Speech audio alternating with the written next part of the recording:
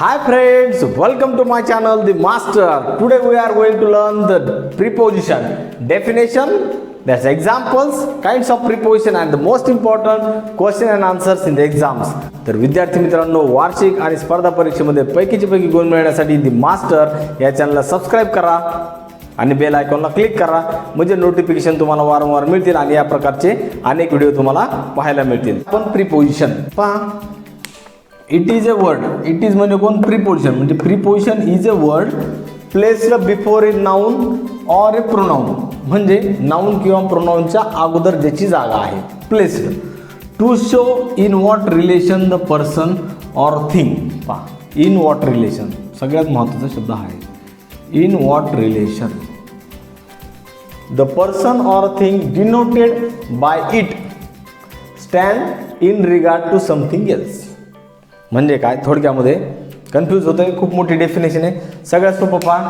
Preposition is a word placed before a noun or a pronoun. म्हणजे noun किंवा प्रोनाउनच्या अगोदर ज्याची जागा आहे. पण तो काय सांगतो? It shows the relation.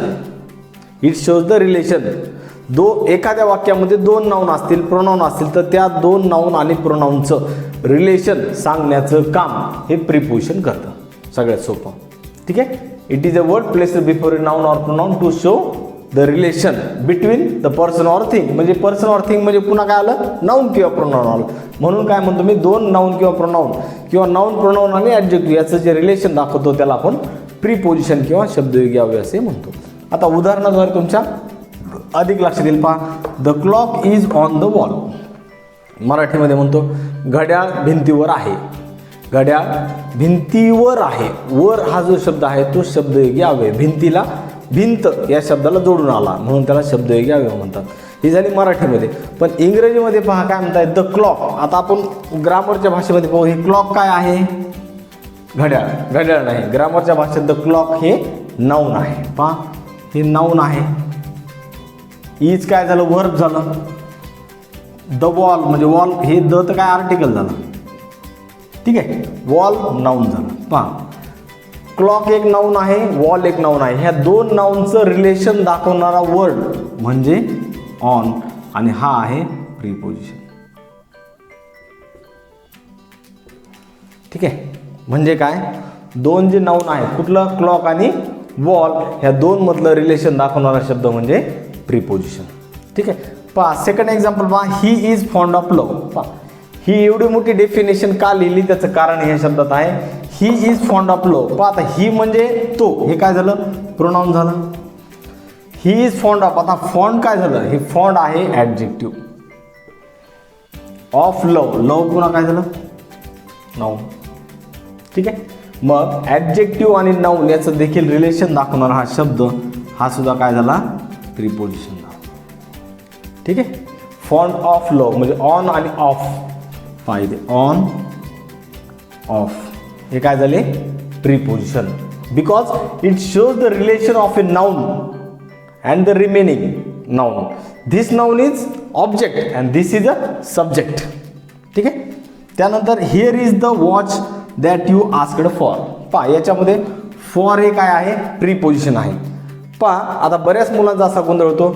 Pre म्हणजे अगोदर, पोजिशन म्हणजे जागा. म्हणजे प्रीपोजिशन हे नेहमी त्या नाउनच्या अगोदरच यायला पाहिजे, परंतु असं नाही.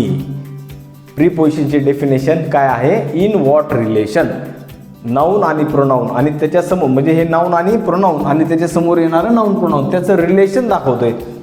मग ज्या वाक्यामध्ये दॅट हे रिलेटिव्ह प्रोनाउन असतं, पहा लक्षात घ्या, ज्या वाक्यामध्ये दॅट हे रिलेटिव्ह प्रोनाउन असतं आणि वाक्य इंट्रोगेटिव्ह असतं म्हणजे क्वेश्चन मार्क असतं, तिथे सर्वात शेवटी प्रीपोजिशन येतं. म्हणजे प्रीपोजिशन हे अगोदरच येतं असं काही नाही.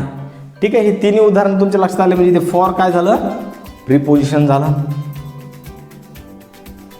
पहा, डेफिनेशन पुन्हा एकदा.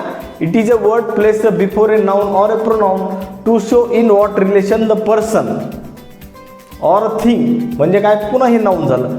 Denoted by it stands in regard to something else. ठीक आहे. अशा प्रकारे ऑन ऑफ दॅट नाही, दॅट हे रिलेटिव्ह प्रोनाउन आहे. फॉर हे काय झाले? तुमचे प्रीपोजिशन झाले. ठीक आहे. मराठीमध्ये जसं मी तुम्हाला मागे, पुढे, वर, तो झाडावर चढला, तो झाडाखाली बसला. भिंत घड्याळावर घड्याळ भिंतीवर आहे. आलं लक्षात. ही इज फॉन्ड ऑफ लव. तो ही इज फॉन्ड ऑफ टी करू आपण इथे. ठीक आहे. तो चहाचा आवडता आहे, भोगता आहे. ठीक आहे. He is fond of tea. ठीक आहे. तर आता on, of, for, by, near हे काय झाले, प्रिपोजिशन झाले. ठीक आहे. त्याच प्रकारे आणखी काही प्रिपोजिशन आहेत. अबाउ, अहेड,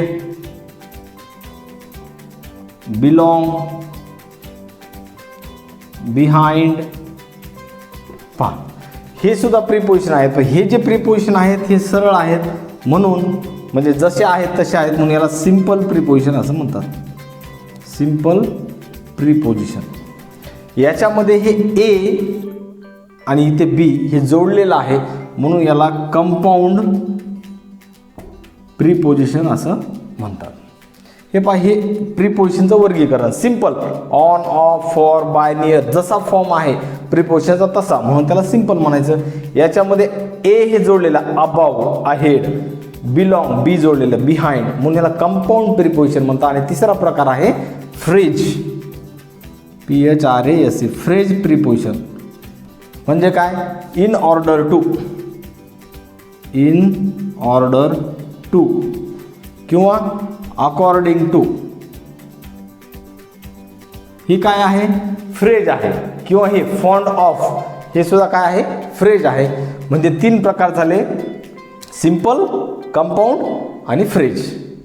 त्याच प्रकारे प्रिपोजिशनचे आणखी काही प्रकार पडतात त्याच्या उपयोगानुसार. पहा, प्रिपोजिशन ऑफ टाईम म्हणजे वेळ दाखवण्यासाठी कुठलं प्रिपोजिशन वापरतात. प्रिपोजिशन ऑफ प्लेस जागा दाखवण्यासाठी कुठलं वापरतात. प्रिपोजिशन ऑफ लोकेशन लोकेशन दाखवण्यासाठी. प्रिपोजिशन ऑफ डायरेक्शन दाखवण्यासाठी, दिशा दाखवण्यासाठी. पहा, काही पुस्तकामध्ये हे प्रिपोजिशन ऑफ प्लेस आणि प्रिपोजिशन ऑफ लोकेशन याला preposition of position, preposition of position असं म्हणतात दोन्हीला. म्हणून तुम्हाला काही पुस्तकात 1, 2 आणि 3 असे 3 प्रकार दिसतील. ठीक आहे.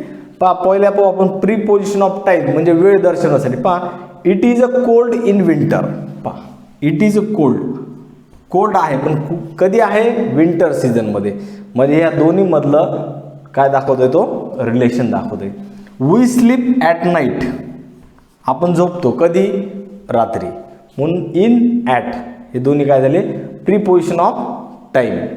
त्यानंतर the sun is above the cloud, सूर्य ढगाच्या वरती आहे. वरती हा पुन्हा शब्द आला का, अबाव द क्लाउड. याचं सन आणि क्लाउड याचं रिलेशन दाखवतोय. We sat at the table to take lunch. We sat आम्ही बसलो, कुठे बसलो, टेबल, पण कुठे, at the table to take lunch जेवण घेण्यासाठी. ठीक आहे. ॲट काय झालं, हे प्रिपोजिशन झालं. पुन्हा preposition of location. The clock is on the wall, on घड्याळ भिंतीवर आहे. The kite is hi in the sky, पतंग आकाशात उंच आहे. इन द स्काय आकाशात आहे, आकाशात आहे.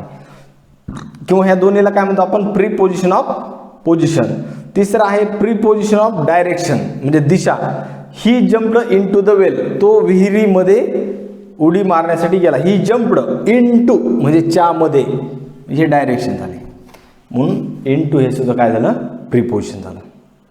तर विद्यार्थी मित्रांनो, तुम्हाला लक्षात आलं असेल, डेफिनेशन फक्त प्री आणि पोजिशन म्हणजे अगोदर आणि जागा एवढंही महत्त्वाचं नाही, तर रिलेशन महत्त्वाचं आहे. हे 2 उदाहरणं तुमच्या लक्षात आलं असेल. तर आपला व्हिडिओचा महत्त्वाचा पार्ट कुठला आहे, क्वेश्चन अँड आन्सर. तर ते पाहूया आपण. पहा, क्वेश्चन अँड आन्सरमध्ये तुम्हाला काय येणार आहे, सिंपल आहे. पहा, परीक्षेमध्ये प्रश्न काय येणार तुम्हाला, हे शब्द येणार. It is cold in winter, it is cold dash winter. ठीक आहे. आणि इथे येणार इन, ॲट. तुम्हाला या दोन्हीपैकी एक शब्द इथे वापरावा लागणार. किंवा हेच वी स्लीप